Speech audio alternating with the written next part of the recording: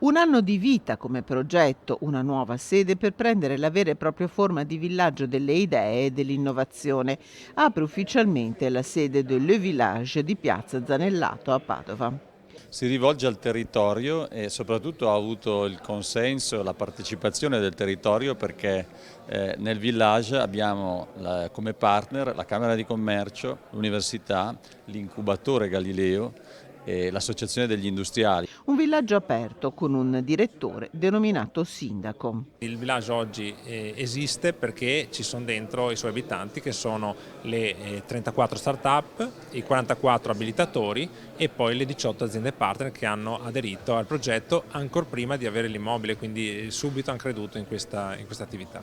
Dopo Milano e Parma, questo di Padova, a servizio del Triveneto, è il terzo village in Italia, 43esimo in Europa, tra gli abilitatori anche gli imprenditori di Assindustria Veneto Centro. La più grossa perdita che possiamo avere è quella di non perdere soltanto i migliori talenti che escono dall'università, ma anche le start-up, le aziende. Le aziende le vogliamo far stare nel territorio, crescere nel territorio e continuare a stare nel territorio, però con una vocazione internazionale. Non possiamo più pensare di essere qua soltanto a Padova, ma dal Triveneto per andare a conquistare il mondo.